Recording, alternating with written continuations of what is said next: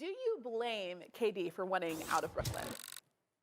Blame is a very slippery word, and I'll use that because I thought the best description about this whole thing, Bruce Beck is a friend of mine. He works with WNBC4 in New York, one of the dean of sportscasters in New York City, and he said this is a colossal failure.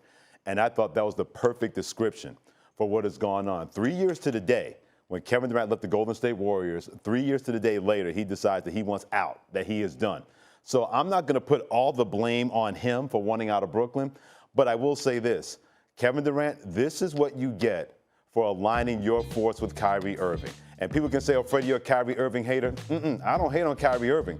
But what's the old line, KYP, know your personnel?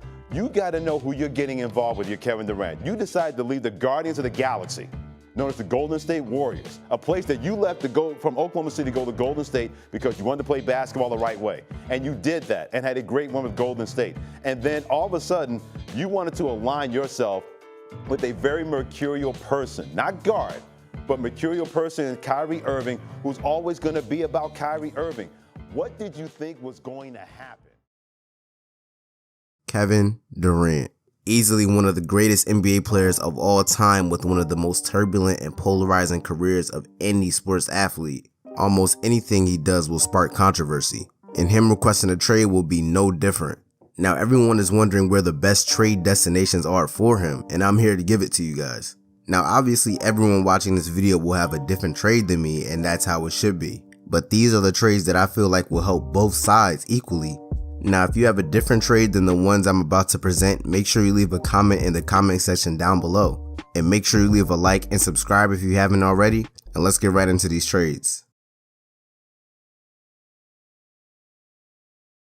Now this first trade is coming from the Toronto Raptors. Now this trade includes Kevin Durant, Patty Mills, and Durant Sharp for Pascal Siakam, Fred VanVleet, and 3 first-round picks. Now looking at it from the Raptors perspective, I feel as though that this trade is perfect for them.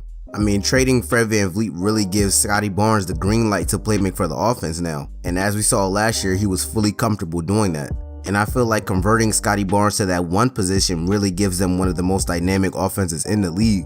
I mean, let's just say hypothetically, the Raptors will have a starting lineup of Scottie Barnes, Gary Trent, OG Anunoby, Kevin Durant, and Precious Achiuwa. That lineup has playmaking, switchability on defense, spacing, and rim protection. And looking at it from the Nets perspective, I feel as though this trade helps them as well. I mean, assuming Kyrie Irving doesn't get traded, this would essentially give them a lineup of Kyrie Irving, Fred VanVleet, who is a really good defender for his size, Joe Harris, Pascal Siakam, and Ben Simmons.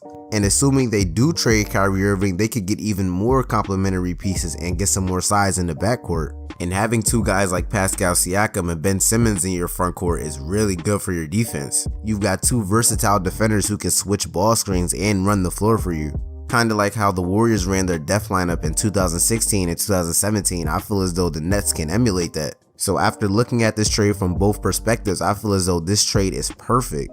Both teams are set up to win now and in the future. Now moving on to the next trade, this trade involves the Pelicans. This trade includes Kevin Durant, Patty Mills, Seth Curry, and Durant Sharp for CJ McCollum, Brandon Ingram, 2 first-round picks, and Jose Alvarado. Now once again, this trade is perfect. I mean, looking at it from the Pelicans perspective, you're looking at a lineup that includes Seth Curry, Herbert Jones, Kevin Durant, Zion Williamson, and Jonas Valanciunas. I mean, with that lineup, I think that the biggest plus would be the spacing. And I feel as though this would be perfect for Zion Williamson. I mean, all 4 of the guys in the lineup can space the floor out for him. And looking at it from KD's perspective, this takes a lot of the scoring load off of his shoulders. I mean, Zion Williamson is a walking 27 points per game scorer, and Kevin Durant being on the floor will help his development a lot. And looking at it from the Nets perspective, this gives you a lineup of Kyrie Irving, CJ McCollum, Brandon Ingram, Ben Simmons, and Nick Claxton. That lineup offensively would be insane. Kyrie Irving, CJ McCollum, and Brandon Ingram can all give you 30 in their sleep. I feel as though that this trade helps both teams in the long run and now. No one gives up too much and no one loses the trade. Both teams get equally better. And that's my trade for the Pelicans. And now looking at this next trade, this trade involves the Chicago Bulls. And this trade includes DeMar DeRozan, Lonzo Ball, Alex Caruso, Nikola Vucevic, Tony Bradley, and a first-round pick for Kevin Durant, Durant Sharp, Joe Harris, and Cam Thomas. Now looking at it from the Nets perspective, I feel as though this was the best trade so far. This essentially gives them a lineup of Kyrie Irving, Lonzo Ball, DeMar DeRozan, Ben Simmons, and Nikola Vucevic. But if you wanted to go with a more defensive-oriented center, then you could just sub in Nick Claxton. That lineup will have 2 elite scorers in DeMar DeRozan and Kyrie Irving, and it will have 3 elite defenders in Lonzo Ball, Nick Claxton, and Ben Simmons. And then you get Alex Caruso off the bench, who could be another defender for them as well. And looking at it from the Bulls' perspective, I feel as though this gives them a chance to develop Ayo Dosunmu a little bit more. Because in my opinion, I feel as though he should start in this lineup. The lineup would be Ayo, Zach LaVine, Kevin Durant, Patrick Williams, and Andre Drummond. I mean, with Zach LaVine being such a great off-the-ball scorer, I feel as though that will help Kevin Durant a lot. I mean, when the double teams come, he could just kick it right out to Zach LaVine. And on the other side, you've got 2 guys who have the potential to be one of the better defenders in the league in Patrick Williams and Ayo Dosunmu. And ultimately, I feel like this trade works out perfectly for both teams. I mean, both teams are getting elite scorers and getting guys who can put them in position to win now. And that concludes my 3 best trade destinations for Kevin Durant. Now, if you enjoyed the video, let me know your thoughts in the comment section down below, and if you haven't already, make sure you leave a like and subscribe. My Discord and social media will all be down below in the description, and more videos will be on the way.